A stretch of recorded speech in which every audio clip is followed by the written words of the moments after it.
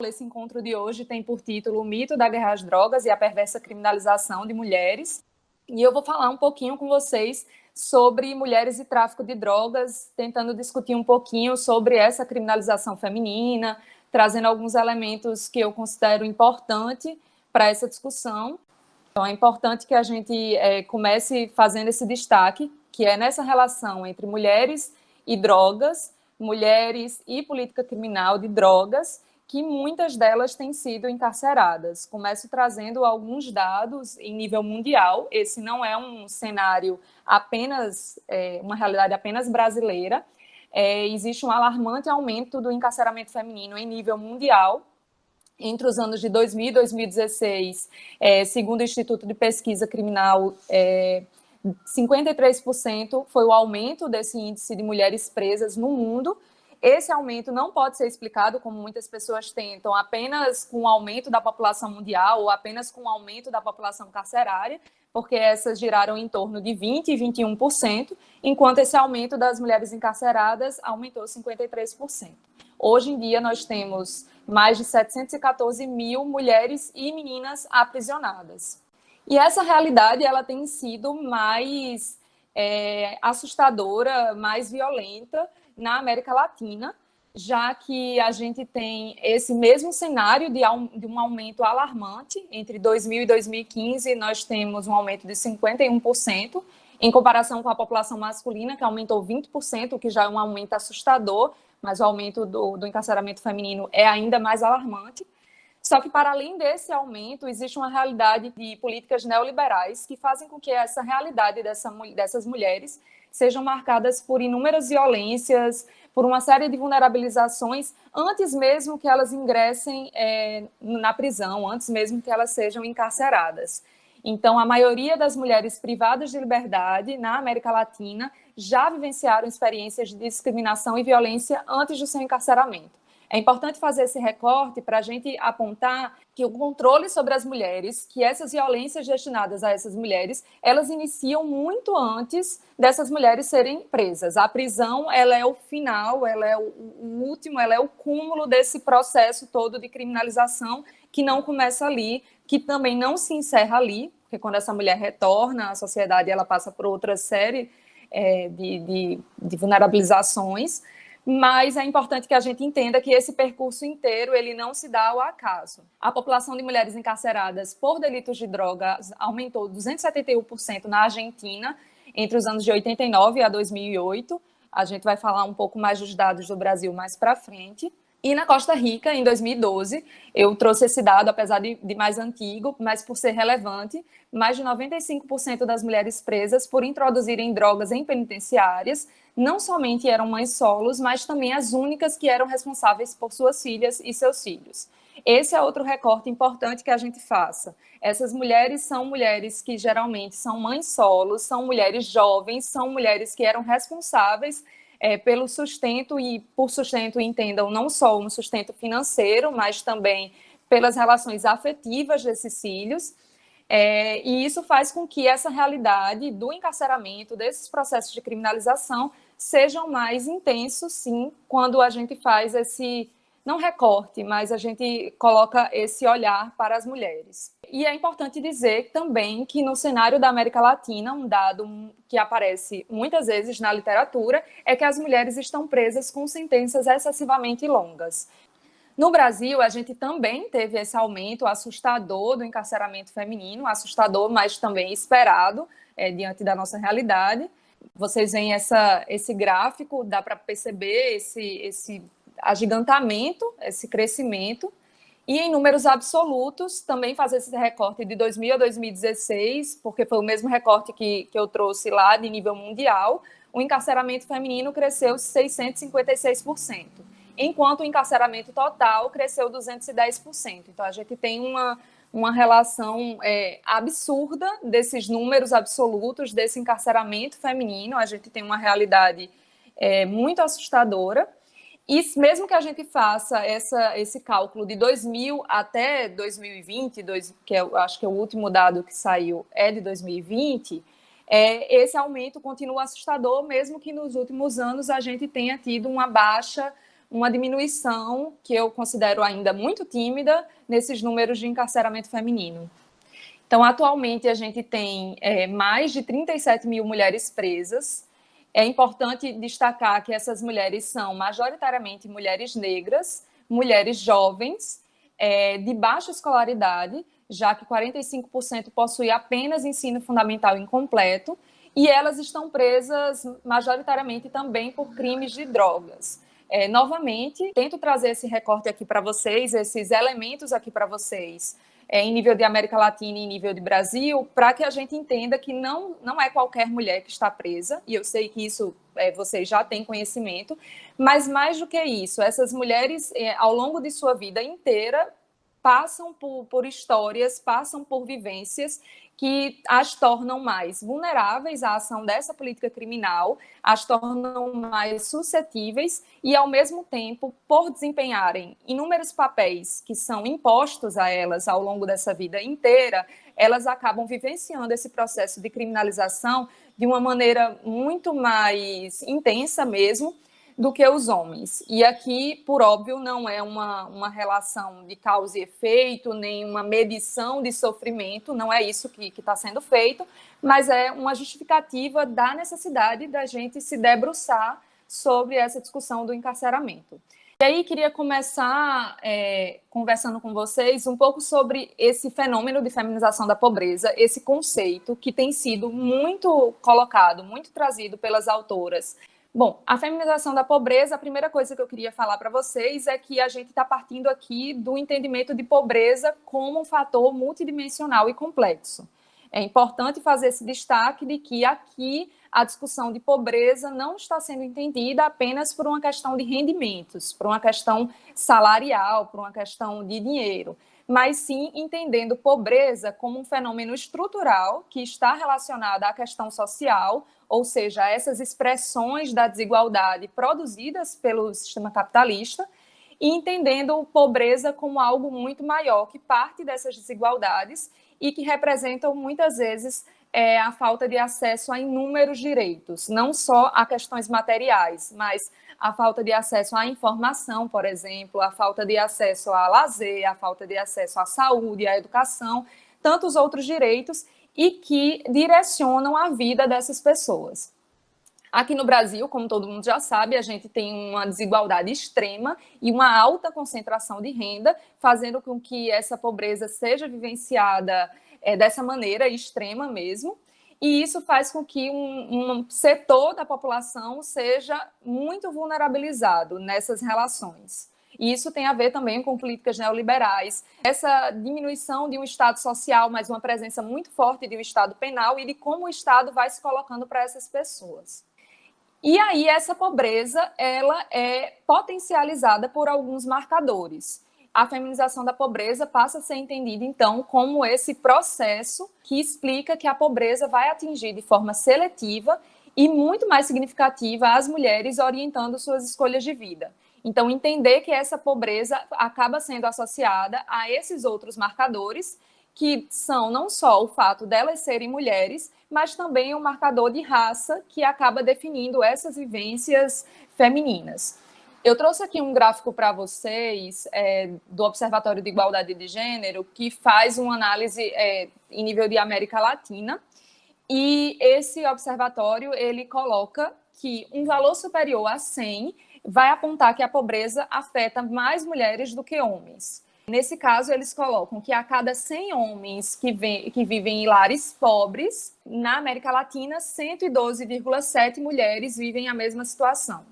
Então, percebam que todos os países possuem um índice maior do que 100, ou seja, demonstrando que em todos esses países, com essa pesquisa realizada, as mulheres estão em uma situação de maior desigualdade, de maior pobreza do que os homens.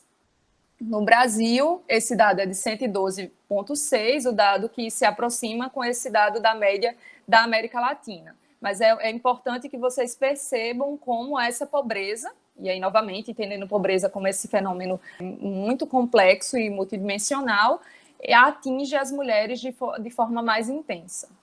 E aí eu trouxe para vocês um estudo do IPEA, de 2017, que fala um pouquinho sobre esse percentual de casas com comando feminino, é o termo utilizado lá pelo IPEA, algumas autoras utilizam casas com chefia feminina, enfim. E aí ele faz uma comparação entre 1995 e 2015, onde em 1995 o percentual de casas com comando feminino era de 23%, e agora em 2015 o percentual de casas com comando feminino é de 40%. É importante destacar que esse aumento de casas com comando feminino não veio relacionado a uma melhoria nas condições de vida das mulheres. Muito pelo contrário, a gente, ao mesmo tempo, de fato, assiste a algumas mulheres se inserindo de modo diferente no mercado de trabalho. A gente vai conversar um pouco sobre isso também mais para frente, mas, no geral, as mulheres não tiveram uma melhoria dessas condições de vida, mas passaram a ocupar esses lugares aí de chefia, de comando desses lares. Outro dado apontado pelo IPEA é de atividades domésticas de trabalho não remunerado, o que se relaciona diretamente com o último gráfico que eu apontei. No caso das mulheres, são 21 horas semanais de atividades domésticas e de trabalho não remunerado, enquanto para os homens são 11 horas semanais, o que já demonstra a quantidade de jornadas e de trabalhos mesmo que são desempenhados por essas mulheres ao longo de sua semana, em comparação aos homens. Um dado trazido pelo IBGE traz um importante elemento para a gente, que é entender essa feminização da pobreza também por um recorte racial. Não dá para a gente falar em feminização da pobreza entendendo que ela atinge mulheres brancas, classe média. Não, ela atinge mulheres negras que acabam vivenciando essa pobreza, ou seja, de classes baixas, de uma maneira muito mais intensa. Mulheres pretas ou pardas recebem menos da metade do que homens brancos. E pessoas negras receberam apenas 57,5% dos rendimentos das pessoas brancas, segundo esse dado do IBGE de 2019. E aí a Rosa Del Olmo vai fazer uma análise apontando de que são nesses momentos de crise e crises recorrentes que as mulheres acabam recebendo maiores oportunidades informais de trabalho e ilegais de trabalho do que de trabalho legais. Isso se relaciona diretamente com a discussão do tráfico de drogas, entendendo que esse fenômeno de feminização da pobreza tem explicado uma possibilidade dessas mulheres atuarem no tráfico enquanto uma via viável mesmo de trabalho e de atuação, e muitas vezes como a única possibilidade dentro do cenário de desigualdade que é vivenciado hoje em dia no nosso país. O outro elemento que é colocado como uma explicação para essa criminalização de mulheres pelos crimes de drogas é essa relação com a figura masculina. E eu falo da criminalização porque não se trata somente da inserção ou não das mulheres nessas atividades de drogas, porque muitas vezes essas mulheres, por conta dessa relação com a figura masculina, às vezes sequer se inseriram no tráfico, sequer executaram qualquer tipo de atividade, mas foram criminalizadas por conta dessa relação com esse homem que executava algum tipo de atividade relacionada ao comércio varejista de drogas.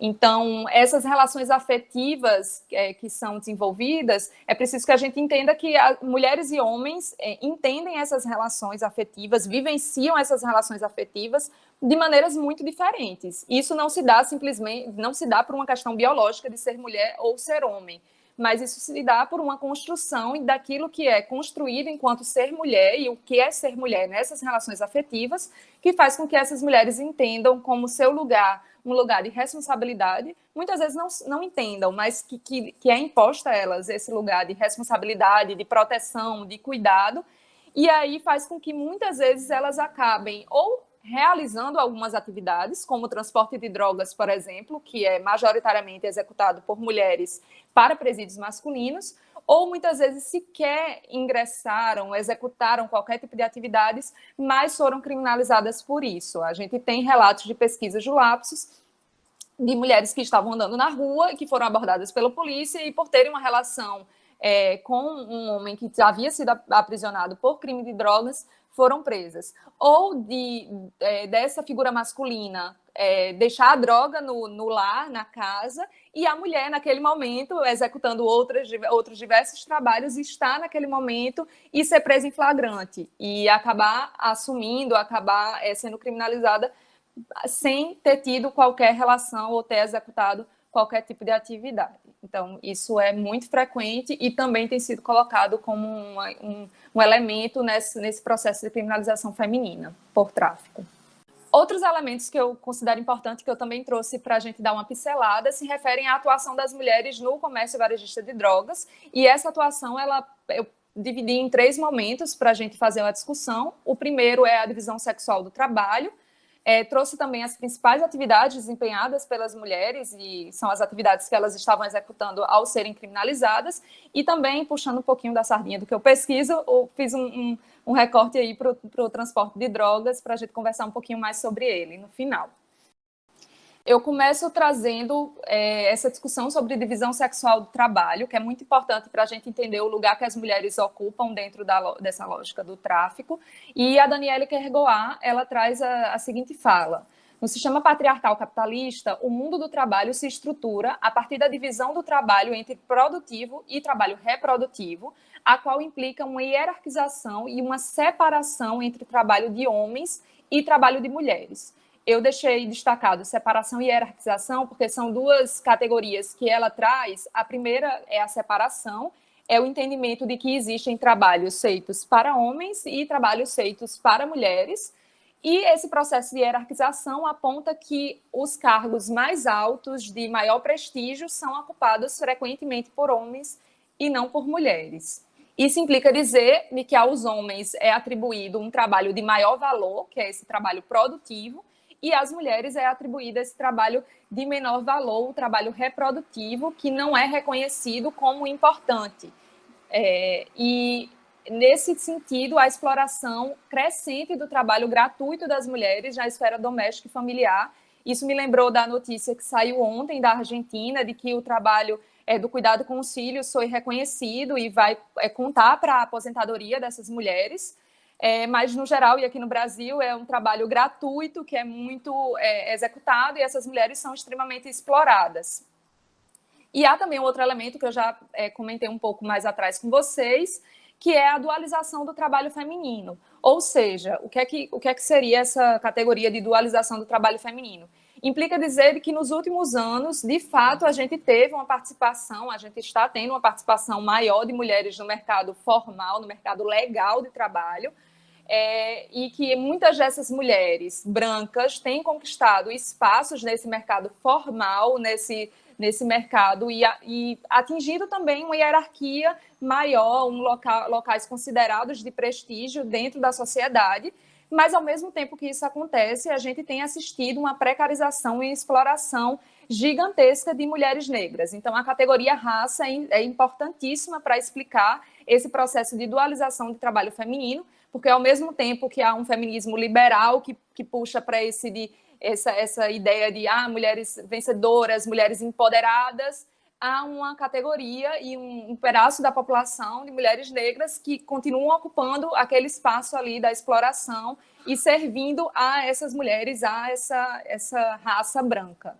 Então, as mulheres acabam vivenciando menores remunerações, há um distanciamento muito grande dessas remunerações, dessas também atividades consideradas de valor ou não entre homens e mulheres. E, segundo a autora, que eu trouxe anteriormente, tudo muda, mas nada muda nesse sentido, de que existem muitos elementos considerados avanços, mas, ao mesmo tempo, para uma determinada população, existem realidades que são permanentes. E aí o tráfico ele acaba sendo percebido como um local para a figura masculina. Ele é visto como esse local, essa figura desse homem, e, ao mesmo tempo, essas mulheres acabam sendo, nos últimos anos, muito criminalizadas por tráfico de drogas e mais criminalizadas do que os homens. A falta de oportunidades na inserção no mercado lícito e formal acaba fazendo com que as mulheres, como a gente conversou anteriormente, percebam o tráfico como uma alternativa viável para combinar esse trabalho e cuidado com os filhos. E a gente pode perceber que essas relações de desigualdade de gênero também podem ser identificadas nesse mercado ilícito. É importante que a gente perceba que esse comércio, esse tráfico de drogas, ele não é dissociado da realidade das relações sociais que a gente vive fora dele, não há uma separação. Então, essas desigualdades de gênero acabam sendo reproduzidas dentro da lógica desse trabalho. Então, o mercado ilícito de entorpecentes, retroalimentado pelas políticas proibicionistas também, acaba se aproveitando do papel socialmente imposto à mulher e agravando sua situação de vulnerabilidade. Então, a gente estava comentando sobre inúmeras vulnerabilidades que essas mulheres acabam vivenciando ao longo da vida, e ao ingressarem no tráfico de drogas pelas atividades que elas desempenham de maior exposição, essas vulnerabilidades acabam sendo mais agravadas. Ao mesmo tempo que o tráfico se torna uma alternativa viável, de fato, mas elas continuam sendo muito exploradas e colocadas nesse lugar de maior exposição. Tanto é que são mais criminalizadas por esse crime especificamente. Trouxe algumas atividades desempenhadas pelas mulheres: assistente, vapor, avião e transporte de drogas. E aí eu vou falar um pouquinho, bem rapidamente, sobre o transporte de drogas. Ele tem sido apontado pela literatura, não só da América Latina, de autoras latino-americanas, mas também aqui no Brasil, como atividade de maior exposição, de maior precarização e de maior exploração dessas mulheres. O transporte de drogas, ele pode ser executado também entre outras localidades, entre estados, entre países, entre cidades, ou também para presídios. Então, esse transporte pode ser de drogas ou pode ser de objetos. Frequentemente, essa atividade, tanto de drogas como de objetos, é nomeada por mulas, então acho que essa nomenclatura vocês devem ouvir bastante. E esse transporte ele pode acontecer não só nas roupas, na vagina, no ânus, também no trato digestório, a partir de ingestão de cápsulas por essas mulheres, ou sob a pele, através de intervenções cirúrgicas. Como eu falei, essa é uma atividade que é frequentemente associada à figura de um animal. Aqui no Brasil, em outros países, a gente costuma chamar de mulas, mas em outros países é associado a cangurus, enfim, já vi outras nomenclaturas sendo utilizadas para essa atividade. E há uma associação, então, dessa figura, desse animal híbrido, desse animal que é um animal de carga, com a atividade feminina. Não só com a atividade feminina, mas com o corpo dessas mulheres. Então, há um processo de reificação. Se retira tudo dessas mulheres, o corpo delas é visto como um instrumento desse transporte, e a mulher acaba sendo vista com essa finalidade, com a finalidade da obediência. E seu corpo passa a ter importância única e exclusivamente porque está carregando algo que é importante, que não é ela mesma, que é a droga. Então, há um processo de vulnerabilidade e subalternidade feminina no tráfico, relacionado a esse transporte de drogas, que é muito ligado a essa obediência. Há um processo de objetificação desses corpos femininos, e esse pode ser considerado o último nível nessas dinâmicas de tráfico, sendo, portanto, as mulheres facilmente presas e facilmente descartadas. Aqui em João Pessoa, por exemplo, eu sei que a maior parte das mulheres que estão presas realizando esse transporte de drogas. Na dissertação de Juliana Serretti, ela aponta, inclusive, que no presídio feminino daqui existe uma lista específica das mulheres que foram presas transportando drogas, e, no geral, essas mulheres são presas transportando drogas para presídios, ou porque são obrigadas a fazer isso, ou porque, e aí majoritariamente, aquele homem que está preso precisa dessa droga, porque a droga, como todos nós sabemos, é uma moeda de troca muito importante, muito rica dentro do presídio. E muitas vezes essas mulheres acabam sendo pegas durante o processo de revista íntima vexatória. Então, como eu só repetindo, as principais atividades desempenhadas pelas mulheres acabam as colocando em maior exposição, elas acabam se tornando mais suscetíveis à ação da política criminal e elas acabam mesmo, muitas vezes, desempenhando ou executando alguma atividade parecida com a dos homens, penas mais longas do que as destinadas para homens. Isso se dá porque as mulheres acabam rompendo com a lógica do que é esperado delas. Então, quando a mulher ela comete um crime, ela é criminalizada, ela acaba rompendo com a lógica do que a mulher deveria ser, que é aquela mulher que é mãe, que é aquela mulher que precisa ficar em casa, aquela mulher que não comete crimes. E ao romper com a lógica do papel feminino, elas acabam sendo julgadas pelo sistema de justiça criminal com uma pena mais longa mesmo, por entenderem que ela rompeu aquilo que ela não deveria ter rompido, porque ela passou a executar uma posição que não é dela, uma posição que é masculina, e ela acaba sendo criminalizada também por ter fugido dessa norma. e aí elas vivenciam um sistema penal que reproduz uma lógica classista, uma lógica racista e também de discriminação de gênero, e que invisibiliza na forma com que não as trata, muitas vezes no sistema prisional, esquecendo suas especificidades, e também nessa violência institucional que acaba reproduzindo uma violência estrutural. Entender que o sistema penal ele acaba sendo reprodutor e partícipe dessas desigualdades de gênero também dentro dessa lógica classista e racista. Nesse sentido, eu trago para finalizar para vocês um entendimento do texto, que é o da professora Corina Giacomello, em que ela traz um conceito que, para nós do Lapsus, tem sido muito importante para a gente entender esse processo de criminalização feminina, que é o conceito do triplo sentenciamento, partindo do entendimento de que essas mulheres elas são sentenciadas triplamente.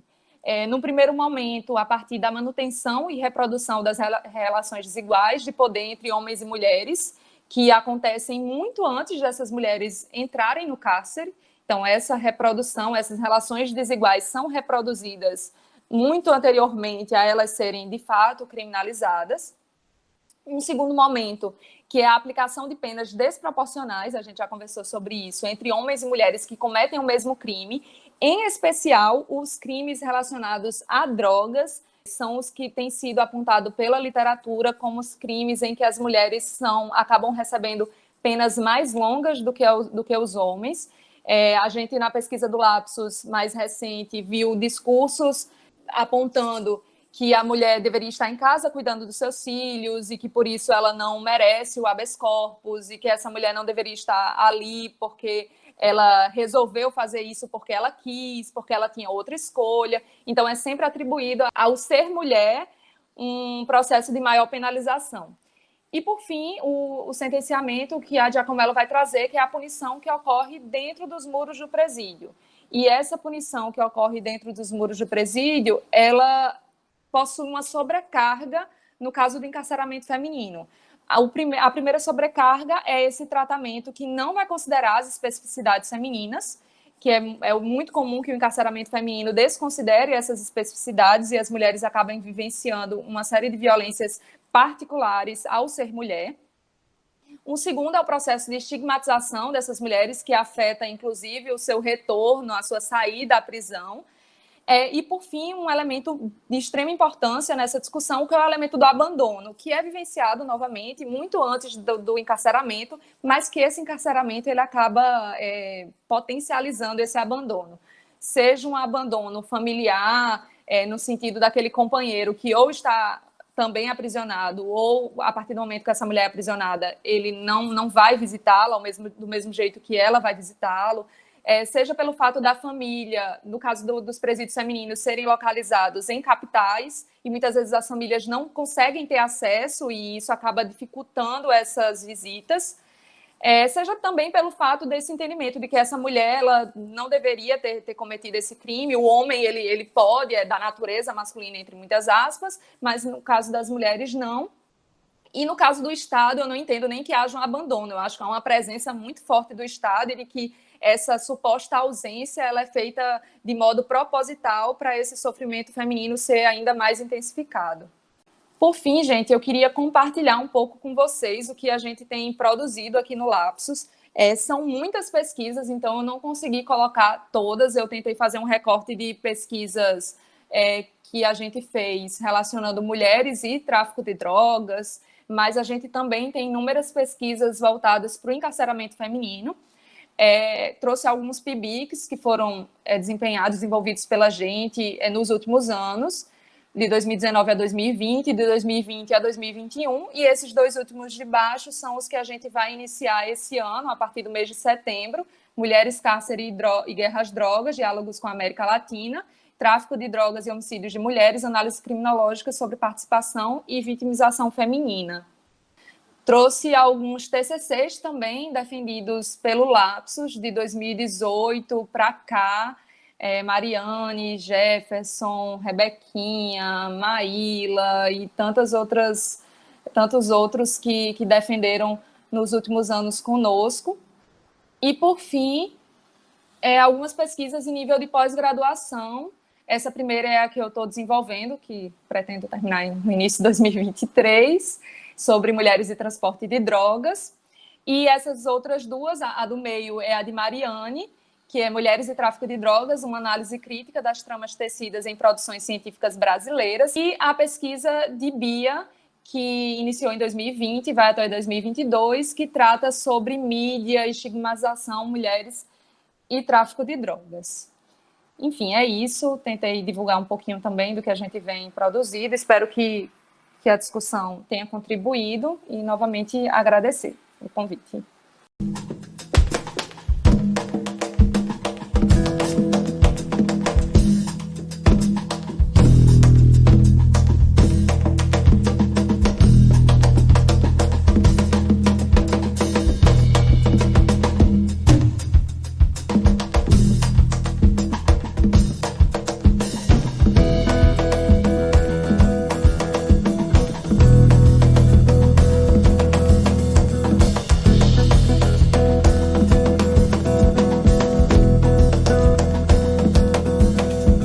Estrela que brilha, clareia a trilha, ilumina e guia o meu caminho. Alumei um pouquinho esse meu caminho, me deu uma luz, tá difícil enxergar. Quanto mais eu ando, mais escuro fica, me